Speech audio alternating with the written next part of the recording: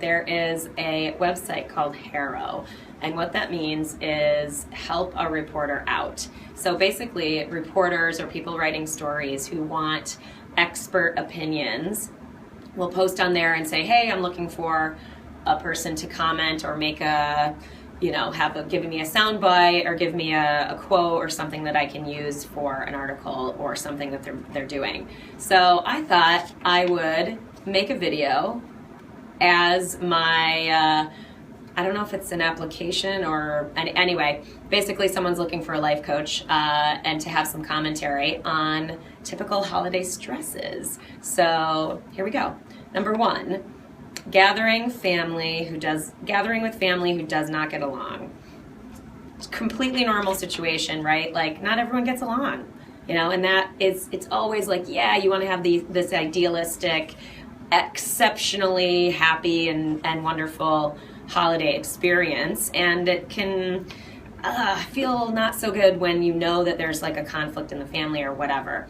What I would suggest in that situation is to remember what you can control and how you can make an impact positively on the situation without attachment to the outcome, because the people who don't get along may still not get along, and that's fine, but you can show up and be a source of positive energy and happiness and love and connecting to the bigger message of the season, regardless of how other people decide to respond to that, to you, and to the holiday. So that's my first suggestion. Second, feeling stressed out over the financial burden of the season. I talk about this a lot with clients, in fact, is this concept of a financial threshold where we all have our own unique relationship to money. And what I like to call it a financial threshold because basically above that threshold, when you're spending above that threshold, it's an instantaneous and very notable energetic shift where you start to feel anxiety. You start to feel stress. You start to feel, just fear around that scarcity type of mindset and feeling when our financial threshold is broken, when we're spending too much or overspending per what we feel is safe for our lifestyle, our current circumstances, or whatever our belief set is. So alternatively, underneath that threshold is where we feel good, we feel safe, we feel at ease, we feel free and happy and that type of thing. So I would encourage you to really be conscious about that during the holiday season and anytime really when you're thinking about spending, is to really think about, well, what is my financial threshold?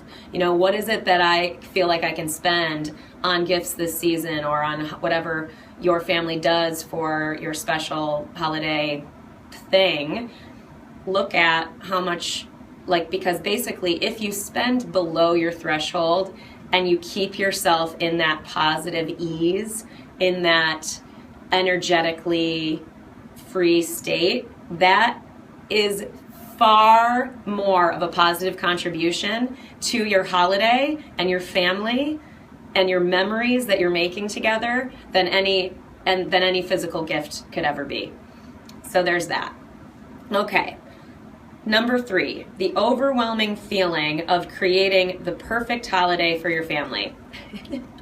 I love this one because one of my clients and I have joked for years about, we had an insight around how she, for Halloween, for example, would make or want to make 7 perfect, amazing jack-o'-lanterns, and how the holidays were always this extremely stressful situation because of this almost, it's unconscious, but like a painful pull to perfectionism, like as if the perfectionist execution of the holiday, which comical word choice there, the perfect execution of the holiday is actually the source of happiness versus our deeper values of love and family and togetherness and enjoying our experiences together no matter how they look, right? Like none of us can predict the future or determine how things are going to go down, whether it's a holiday or otherwise. Certainly we have traditions, and certainly we make efforts to enjoy and continue our traditions however we so choose. And at the same time, I would encourage you to sort of detach from that outcome and be open to the comical, romantic comedy antics that could potentially go down as just simply enriching your memories and almost giving a richness to your memories versus some perfect thing gosh, it's way more fun when stuff goes weird. So think about that too. All right, so number 4, feeling interrogated by family you haven't seen in a long time. This is awesome. Like a lot of these I'm talking about perspective shifts, and how we can approach this stuff, right? So feeling interrogated by family that you haven't seen in a long time, I would imagine this is sort of the feeling judged by family. Like for example, you maybe feel like what you would have to say to the answers that or to the questions that you're going to get asked maybe isn't good enough, or whatever family member might think that what you have going on is not okay, or you feel like a misfit in your family, or some sort of painful feeling of judgment that I would guess comes with this feeling of I'm being interrogated, to imply that they want to know what's going on with you so that they can then, I don't know, maybe have a judgy conversation with you or whatnot.